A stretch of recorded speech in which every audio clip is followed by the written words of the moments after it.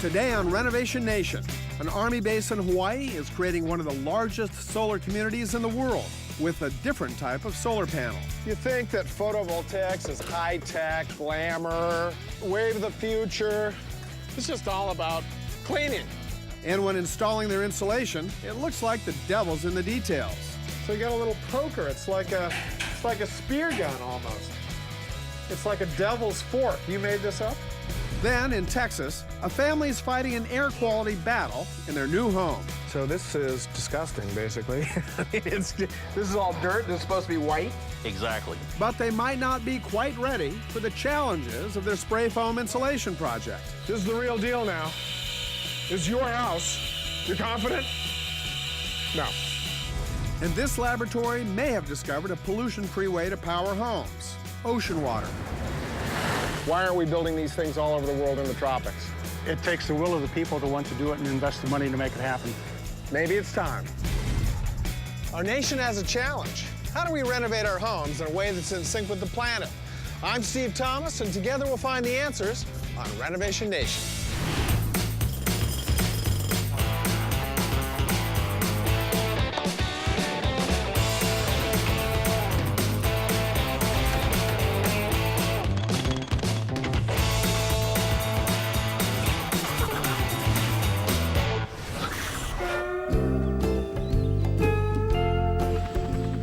Today I'm at Fort Shafter, an Army base near Honolulu, Hawaii. Jerry Schmitz is a retired lieutenant colonel who spent 22 years in the U.S. Army. We're gonna get our exercise today, guys. But after 2 decades of service, he's still got another mission: helping the Army provide green homes for soldiers and their families. We're building our homes in a total environmental package that incorporates the installation of photovoltaic panels that makes up what will be the largest solar-powered community in the world. The Army is hoping that these green homes will provide environmental and economic benefits and get high marks from enlisted servicemen and women. I spent about 50% of my career living in military housing, and I only wish I had this kind of a home to come home to. Today I'm going to work with Jerry and his team on some of these houses by installing steel framing made of recycled material, followed by insulation. I'll also put up some of the solar panels that will eventually make this one of the largest solar communities on the planet. And then I'll see what military families really think of these new green homes. Here on Oahu, the U.S. Army is going green. Why? Because their electric bill is $23 million a year. And that's just for housing. So they're building 5,000 units of brand new housing to the highest green standards. And they're gonna cut that bill in half. Now they got a lot of work to do, so let's give them a hand. The Army has partnered with a private company to build these new homes with the Army's sustainable goals in mind. Jerry, you are one of the project managers for this massive construction project. Why is the Army going green out of the goodness of their hearts? Well, Steve, it's the right thing to do economically and socially. Why are you building out of steel? Well, Steve, steel is great on this project for a number of reasons. First of which, the steel is mostly recycled materials, so that's eco-friendly. Second, we're able to fabricate the panels and the wall sections off-site, transport them here, and then erect them here, which cuts down on waste and is much more efficient. And then lastly, here in Hawaii, we have big termite problems, and the steel obviously is not termite friendly. Right. Let's go put some walls on. Okay, great. Steel walls also won't rot and have the strength to withstand hurricanes. And here, their cost effectiveness allows the Army to add plenty of steel for strength. You're both framing in steel and you're sheathing in steel too. That's correct. Yeah, the sheathing is actually a shear wall, and it gives the structure a much more rigid structure. Steve, the other thing you'll notice is once these walls are on site, they go up very quickly. As I try to fit in with this fast-moving crew, John, the project supervisor, keeps a close eye on me. You're not gonna make any money with me, guys.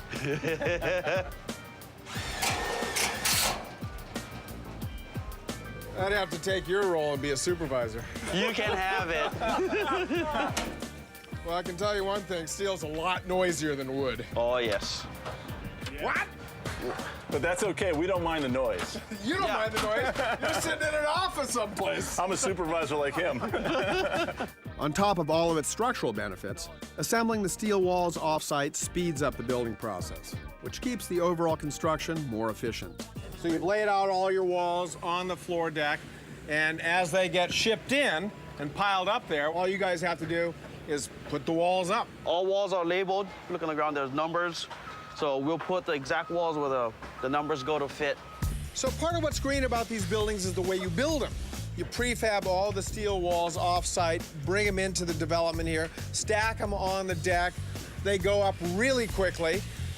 That saves you time and money. Yep.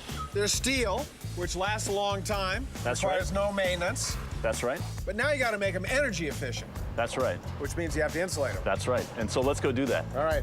Gentlemen, thank you. We head over to meet Dennis Field, the go-to guy for insulation. Dennis, you've been hanging insulation for 22 years. I have. And you're not itching all the time. Not at all. It doesn't bother you? You get used to it after a while.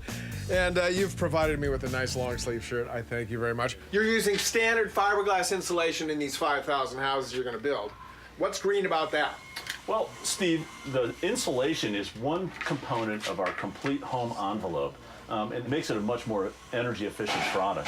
And this insulation is made from 30 to 35% recycled material, so it is eco-friendly, Energy Star rated insulation. So it's a great product for the value in this home construction. As we start to put up the bats, I find out why Dennis is an insulation guru.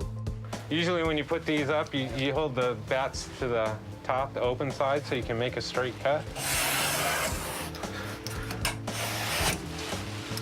And the secret with fiberglass insulation is getting it to fit very tightly in the stud bay. Exactly. Look at that. That's cool. Check this out. That's a professional. So you got a little poker. It's like a spear gun almost. It's like a devil's fork. You made this up? I did. Yeah, so these things grab the fiberglass and allow you to get a nice tight fit at the top plate. Now you want to fluff it up too, right? Yeah, So it's sort of like fluffing up sheets. exactly. We get a few more of the bats in place, and then Jerry shows me the last component, a plastic sheet or house wrap for the outside of the steel wall that'll prevent moisture from getting inside the insulation. So this is like your rain slicker. Yep. And you're going to be dry from the outside of your rain slicker all the way in. That's right. And it breathes. Repels the water from outside, but it allows it to breathe from the inside. So moisture vapor can go through it this That's way, correct. but liquid water can't come through it this way. That's exactly correct. Well, Dennis, I do not think that we have speeded you up at all. Thank you very much for sharing your secrets, Oh, you're welcome. and we'll let you get back to work. Alrighty. But the biggest project that Jerry and the Army are tackling is solar electricity. Their goal? To become the largest solar-powered community in the world. Coming up, we get on the roof to inspect the Army's approach to solar energy. You're putting in photovoltaics. That's kind of an expensive proposition. For more about steel framing, check out planetgreen.com/RenovationNation.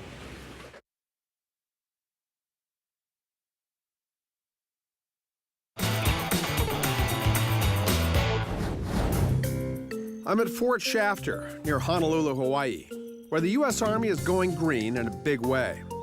So far, I've helped put up prefabricated steel walls for one of the homes and installed fiberglass insulation made from recycled material.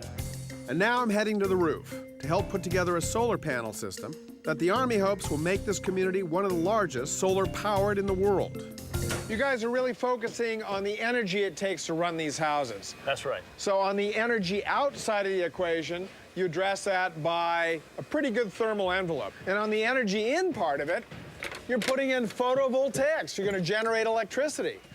That's kind of an expensive proposition. It is, Steve, but we see it a worthwhile investment.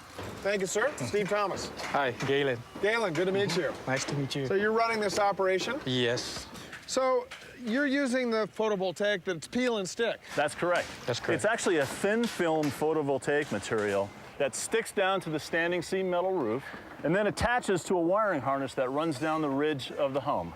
Galen, can we stick a couple of panels down? Sure, but the first thing we have to do is the surface has to be really clean. So the first thing we got to do is clean the surface. So what's on here, water? Yeah, it's just water, the beginning part. You think that photovoltaics is high-tech, glamour, wave of the future. It's just all about cleaning. Steve, it's mopping the floor. It's mopping the floor. As I prep the surface, I notice another detail that'll enhance the output of these panels. Did you pitch these roofs? They have a low pitch roof. Did you pitch them for optimum solar gain on the panel? That's exactly correct. That's a great observation, Steve. They're designed to capture as much of the sun's rays as possible.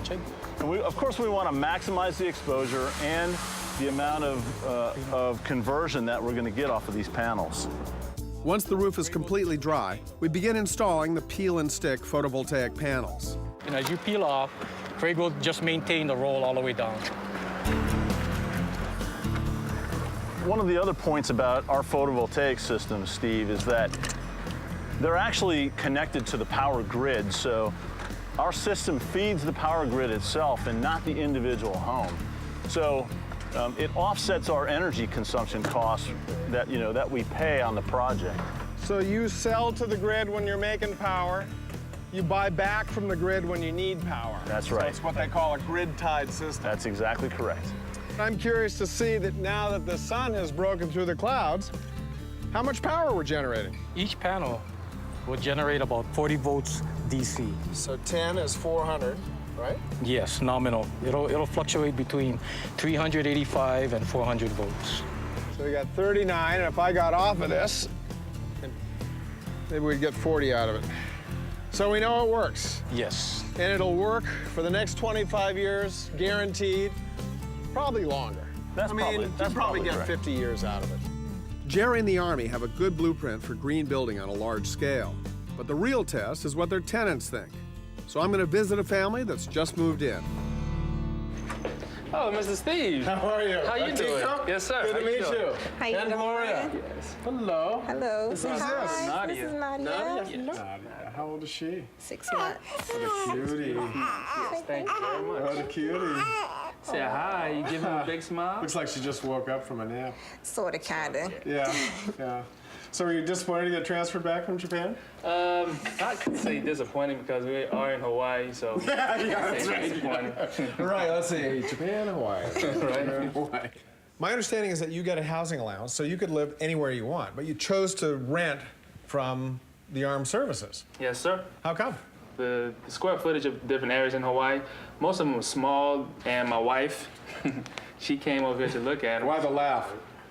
Because when she saw it, she wanted it, right? Yes. Right? So they're very clever, these military housing guys. They build these houses that are green and that are really nice. Yes, sir. Yes, really they nice. are. And Very competitively priced, right? Oh, definitely. I mean, you get a better house for your money here than you would out on the open market. oh, definitely. That's true. Yeah. That's true. Well, show me around.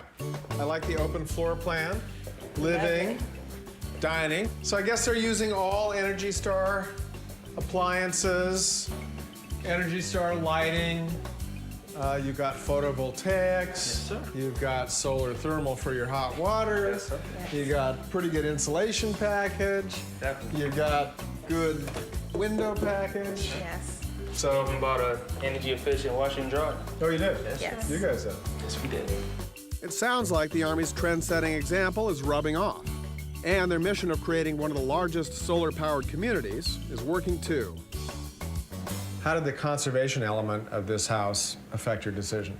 When they told me that it was solar, that our water and everything we ran off of solar, that is what caught me. Because I told my husband when we get a house built, I want solar, everything. She definitely. Yeah, she did say that. Yes. Well, thank you so much. Thanks for you. inviting us into Thanks your for home. coming over. Best of luck Thanks to for coming both of over. you. Thank Can you shake his hand? Bye, sweetie pie. With Fort Shafter, the Army's showing a commitment to going green and inspiring others to do so too. And they're in it for the long haul. Once again, the Army is paving the way. They are. And as an old Army guy, that makes you proud, It makes doesn't me it? very Yeah. proud and very happy to come to Yeah. work every Yeah. day. Well, good for you. right. Thanks for showing it to All right, us. I really Steve, appreciate it. thank you very much. And aloha. Aloha. Next, a Texas family is a little anxious with the requirements of their new green neighborhood. You ready to spray some foam? Deer in the headlights? Sure. Come on. Now time for our renovation riddle. How much daylight provides enough energy to power the planet for 1 year? Is the answer A, 40 minutes, B, 40 hours, or C, 40 days? The answer when Renovation Nation returns.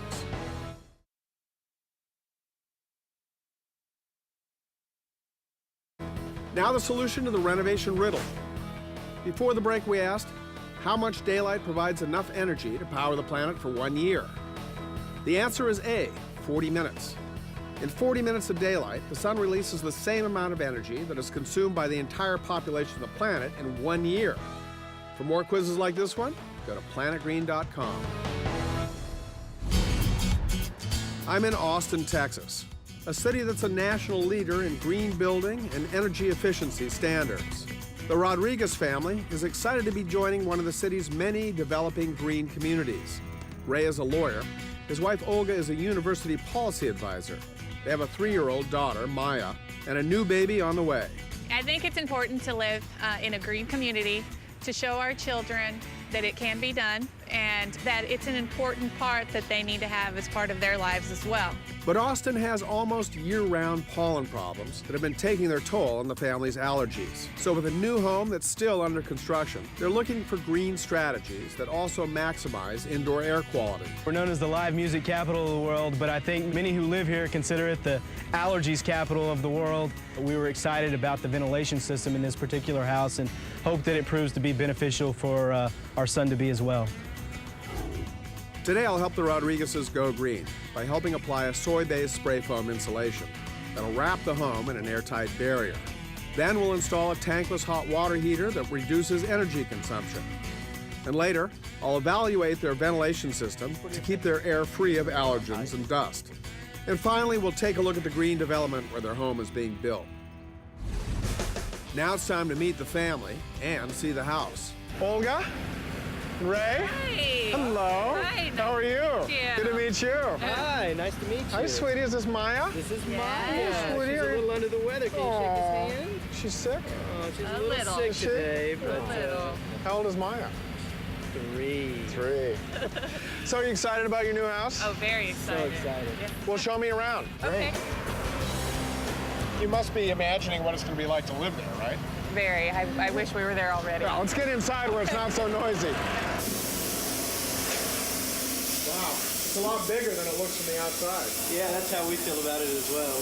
So this is the front entrance? Obvious front entrance, yes. Walk me through it. I mean, you guys, this is your dream. So this is the master here? So this is the master. Let's go. What we liked most about this was the ceilings. I believe that they're 18 feet, cathedral-style windows on the top to kind of... Clear stories that let a bunch of light in? Yeah, let light in. And You're an early riser? I will be soon. These high windows are strategically placed to bring in as much natural light as possible, and also to reduce the need for electric lighting. It's these and other small details that are really important to the family. This is one of the greenest houses in this development. It is. How come? What was your motivation? Being closer to work, spending less on utilities, and putting those kinds of things more into the equity of a home. But their commute and utility bills aren't the most important aspect of this new home. How about indoor air quality? I know that Maya's under the weather a little bit. She's got some respiratory issues. Was that one of the drivers for buying a green home? It absolutely was. Austin is known for its allergens, and it's Really? Absolutely.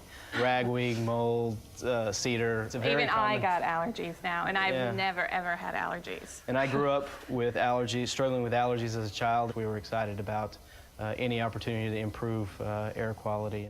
Their clean air strategies will include using no carpet, which would trap allergens, using no VOC paints, so fewer chemicals will be released into the air, and installing an air conditioning system with an advanced air filter. So I know we've got some projects, so I'm going to let you go back to taking care of Maya. Okay, that And, sounds great. And I'll get leave to you work. with the work. Are you going to leave him? Yes. Hey, we'll put him to work. All right. All right, great. We'll catch up with you later, all right? Okay, great. You Thank ready you. to spray some foam? Deer Come on. I want Ray to get hands-on with his home. So we step outside for some guidance from Richard Riley, who's going to help us apply this energy-efficient insulation to Ray's walls. Richard, you specialize in spray foam insulation. That's all you do. That's all I do. So, he's never sprayed foam before? Not that I know of. We'll find out. He's a little nervous. You game for this? We're game. Are you game for this? I'm game. First step is to get suited up. Spray foam can get messy. So we set Ray up with a mask. Then Richard applies a protective screen across the visor. So when the stuff flies back, it gets on our glass. We got a protection here. We got plastic bags we put over. You probably don't want that. Oh, I think you ought to put him in a plastic bag. Let's get him a plastic bag. I think he needs the whole experience. he's dying in there. I'm going to give him some air. Look, he's fogging up. Finally, we got Ray in a bag, and we're ready to go. This is the real deal now. This is your house.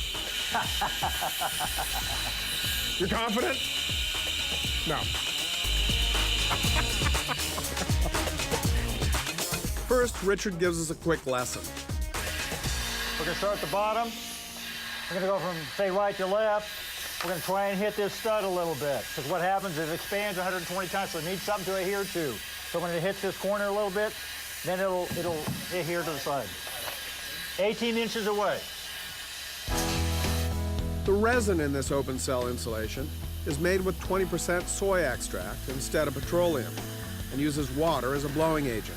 The water, when combined with the insulation components, turns into steam, expanding up to 120 times its liquid size, creating a thick foam. So it doesn't really matter if you go back and forth or up and down. No. You want to keep it parallel to the work surface, 18 inches away. 18 inches away. And move at a speed that's going to give it pretty much this much loft and not too much. Right. If you give it too much, you have to trim it away. That's labor. Yep. And also, it's the expense of additional chemicals. That's right. You ready? Do it. He's ready. It's live. He looks like a scared puppy dog. You see his eyes. With this spray foam insulation, Ray's creating a tightly sealed structure with no air leakage, forcing all the air in the house to go through the home's air filter, helping to eliminate allergens. How's he doing? We got some work. He's scared of it. That's costing you money.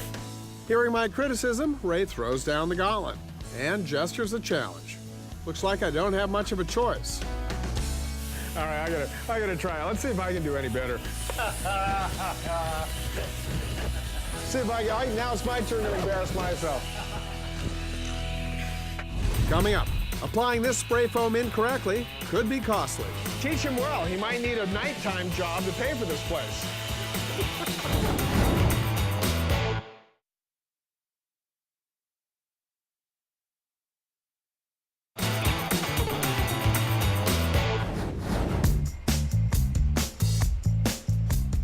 Here in Austin, Texas, the Rodriguezes are preparing to move into a new home being built as part of a green development.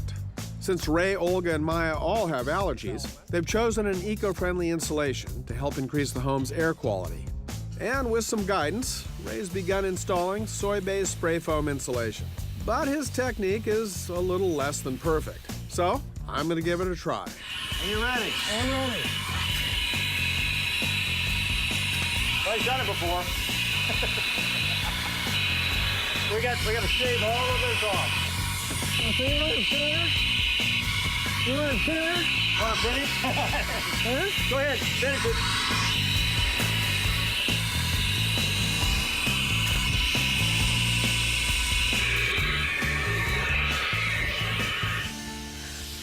So I got it too thick here. Yes, sir. You got to shave it off. Yep. It'll be fully extended in the stud bay. Right. But I wasted.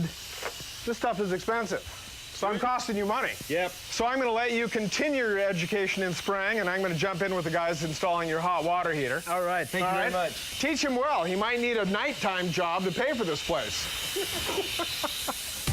Jeff Ochoa and Jesse Love are the guys installing the Rodriguez's tankless water heater, and they look ready to get started. Steve Thomas? Jeff Ochoa. Jeff? Yes. Jesse. Jesse? Nice to meet you, sir. You guys I've never seen a plumber wear a hard hat before. company policy. So do you do a lot of these tankless hot water heaters? Quite a few. How much more efficient are they than a standard hot water heater? I mean, the standard hot water heater, you got 40 or 80 gallons, big tank, gas burner at the bottom, or an electric element in the tank. Right. Well, So you're keeping all that hot water hot. Sure. With tank water heaters, you have a pilot that's continuously burning. It's ignited. So what you're saying is it's like a big kettle on the stove, and that's your hot water heater, and the burner is the gas flame beneath it, and you got to keep it on simmer the whole time to keep it warm. Exactly. This just cranks up when you need it. When you don't need hot water, it's not using any energy. Exactly. Okay. Can you show us how it works? Let's see what's going on under the hood. But when we open the case, it looks more like a computer than a water heater.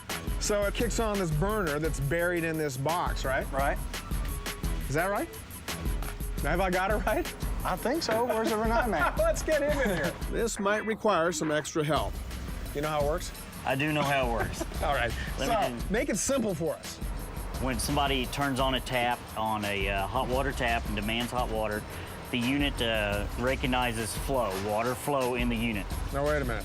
So something in here says, hey, there's a drop in that pressure in the line.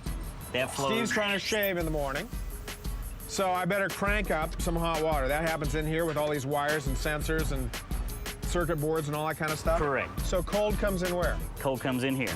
And it flows up through this copper line that you can see snaking through here. Right. Snakes through this heat exchanger. Comes out of here at how hot?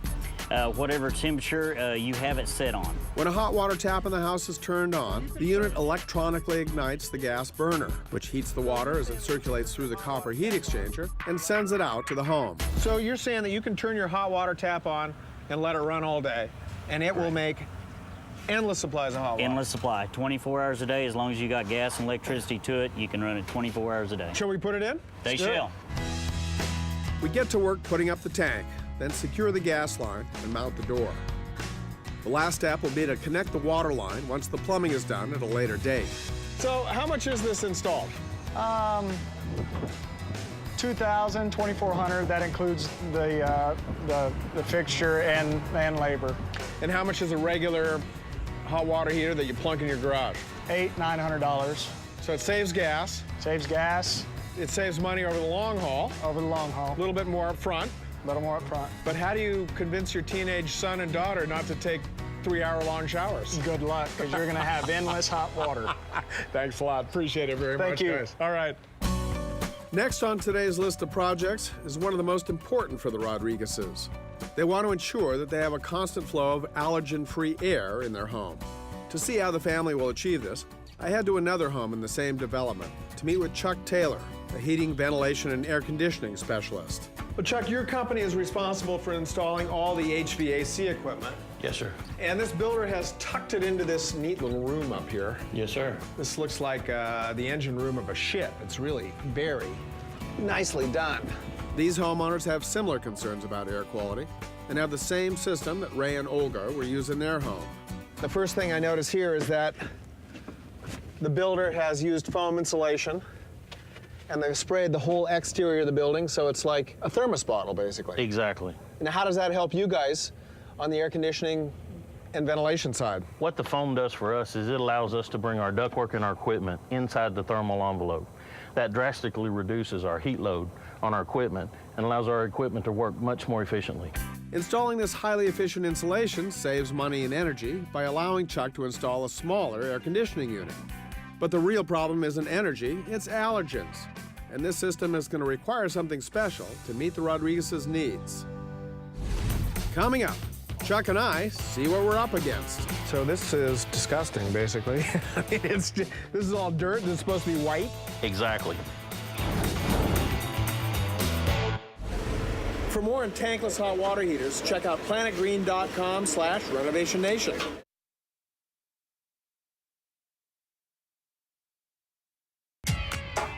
Here in Austin, Texas, Ray and Olga Rodriguez are building a home in one of its greenest communities. But Austin is also notorious for its nearly year-round pollen season. And since the whole family suffers from allergies, they're focusing on solutions that can enhance their indoor air quality. Now I'm with Chuck Taylor, a ventilation specialist, who's showing me the type of heating, ventilation, and air conditioning system, or HVAC, that the Rodriguezes have chosen. So the Rodriguezes are really concerned about the indoor air quality because he's got asthma, Maya's got some respiratory problems. You know, they don't want to be sneezing and snorking when they're in the house. So can you solve that problem for them? Yes, sir. In this particular home, what we've installed is a media air cleaner. Media air cleaner, what's that? This media air cleaner is a one single position filter that filters 100% of the air that brings into the system for the heating and the cooling. This media filter attaches to the high-efficiency HVAC unit. This particular one has been in here just 4 months, and you can see all the particulates that it's already captured. So this is disgusting, basically. I mean, this is all dirt. This is supposed to be white. Exactly. As a matter of fact, this is what a new one looks like. Wow. 4 months and it looks like this. Exactly. As you notice, this is a media filter that is a large surface area that allows us to move a large volume of air while maintaining a high degree of efficiency of catching the particulates. It's like an accordion.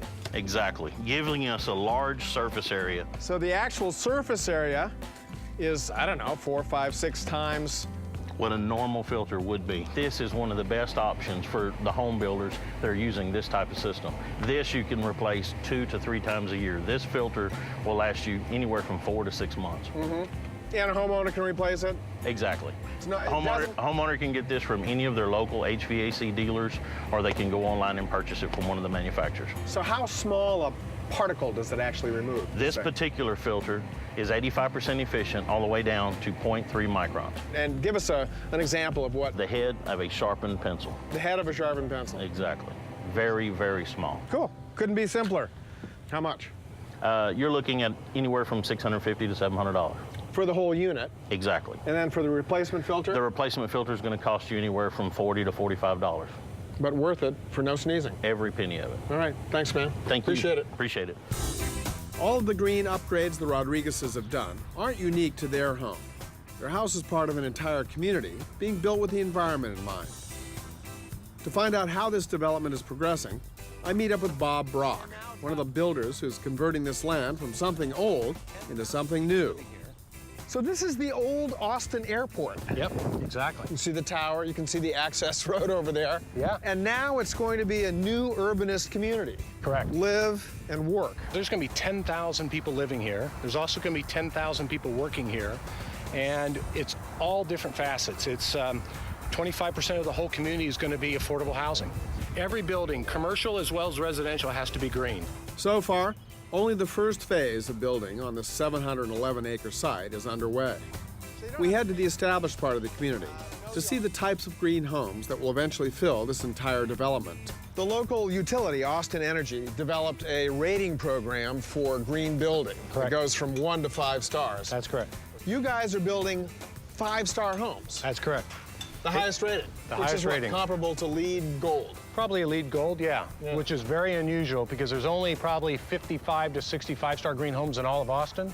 And we're building 37 of them here in the first phase that are all 5-star green. All of these homes use the same green approaches the Rodriguezes did, from energy-efficient water heaters to spray foam insulation. But the design of this community has other benefits I'm noticing as well. You have a small lot that doesn't require a lot of maintenance, landscaping, or water. Yep. So it's not just the house itself, but it's the whole community. That's exactly right. Ray and Olga Rodriguez moved into a progressive green community where they were able to implement eco-friendly strategies that also improved the air quality for their family's allergy problems. Now their daughter Maya, and the new baby on the way, can grow up in a home that's green and clean. But before I go, since Maya's been under the weather, I persuaded a local merchant to help us with a surprise. So we brought him a present. I'm gonna try to surprise Maya. Maya, look what we've got for you. Oh, what is that? Is that a special bike for you? What is that? Is it special? Do you want to ride it?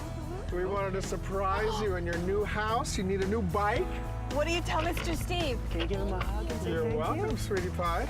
Oh, I got a hug. Oh, that's All good. right. Hey, thank you so much. You're a good hugger. So you want to ride it?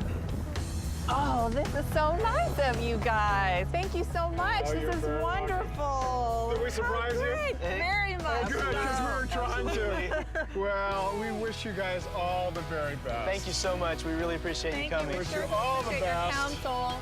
Oh, thank you. Good luck with Maya and good luck with number 2. And great good luck in your new house. All right, And thank you stay so in much. touch. Absolutely. Okay? Send us pictures. Bye, sweetie pie. Have fun on your bike. Bye. See you guys. Take care. Bye. Okay, Thank take you. care. Thank you. Coming up, a laboratory in Hawaii believes our next energy source could be the cold waters of the ocean. That's chilly. It is very chilly. I'm getting an ice cream headache. Just put my hands on it.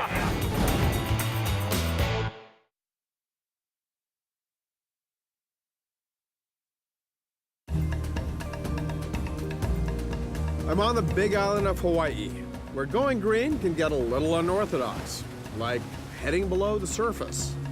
Natural Energy Lab CEO Ron Baird is betting that cold ocean water, through a process called Ocean Thermal Energy Conversion, or OTEC, could be the next hot solution in the search for green electricity. OTEC can benefit the common homeowner, especially in places that are tropical areas like Hawaii, by lowering significantly their cost of energy.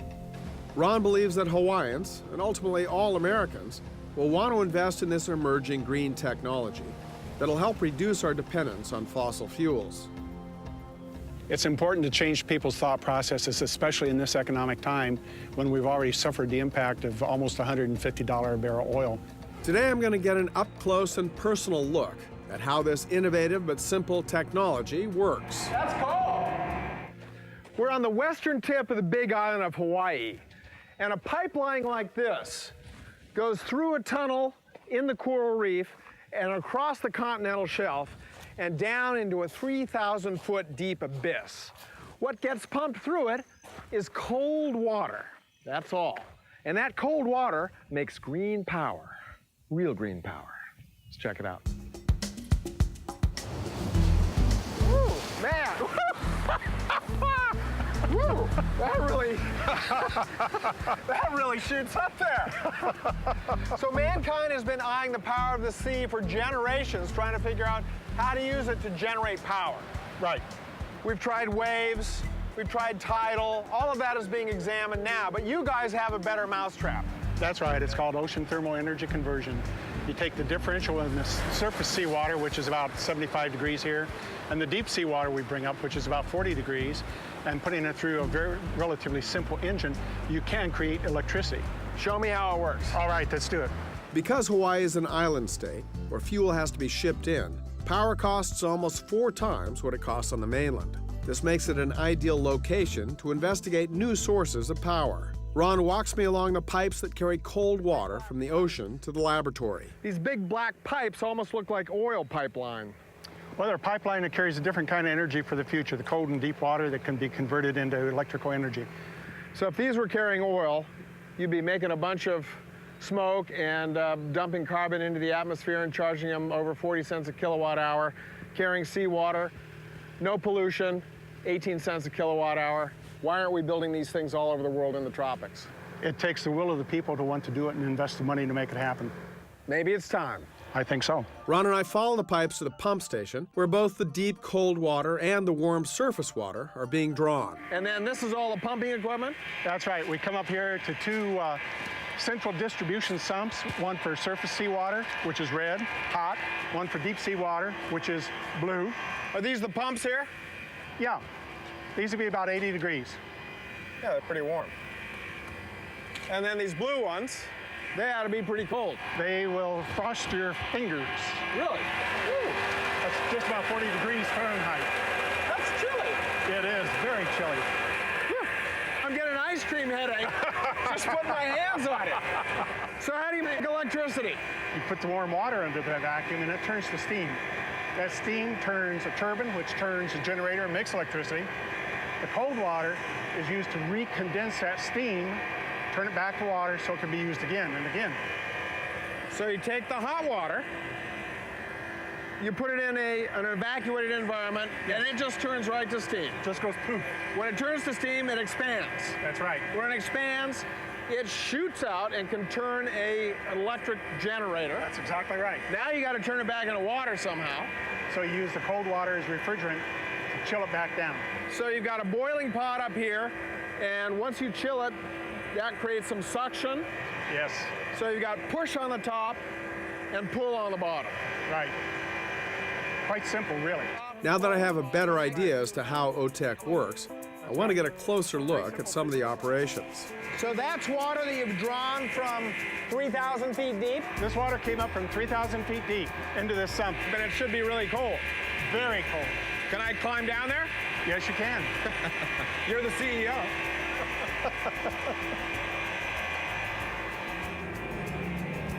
Oh, man. That's cold. Like refrigerated air conditioning. So this is what you draw the water from to That's power exactly the whole right. system. Comes out of the central sump, goes through 3 lateral tunnels to other sumps, and from there, those sumps, it's pumped up to the surface. You've got some baskets down there. What are those for? Those are to capture deep sea critters that can swim up the pipeline. We don't suck any animals up. They swim up it. Yeah. And so we recover them. Many times what we have found are actually the first of their kind that have ever been seen by mankind. So can we check out what's in those baskets? We can pull that basket, yes. It's not just your beer. No. Jan War, operations manager of Nelha, joins us to show me some of the marine life they find at the lab. This is one of the deep sea shrimp from 3,000 feet. These were actually commercially fished in Hawaii for a while. So you're saying this is edible? Yeah, this is definitely edible. You can tell it's nice and fresh. Gonna go for it? Why not? Yeah, on that one I would just eat the tail. But you'll probably find it's very sweet meat. I sort of see a serve yourself sushi operation here. Yeah, if all else fails, we've got some nice fresh seafood. Wow. Well, congratulations, you were one of the first ones to have some of these deep sea shrimp. Ron and Jan have one last thing to show me. Nelha's original model for the ocean thermal energy conversion technology. When this model debuted in 1979, it generated enough electricity to power about 25 homes. But Ron and Jan are aiming much higher now. So the vision is these floating platforms just offshore, drawing that cold water from down below. Directly straight up. Yeah. That generate power and transmit that power back to the mainland. Via undersea cable. Via undersea cable. No pollution, no environmental damage. 24/7 operation, base load free. power, and free. Free fuel.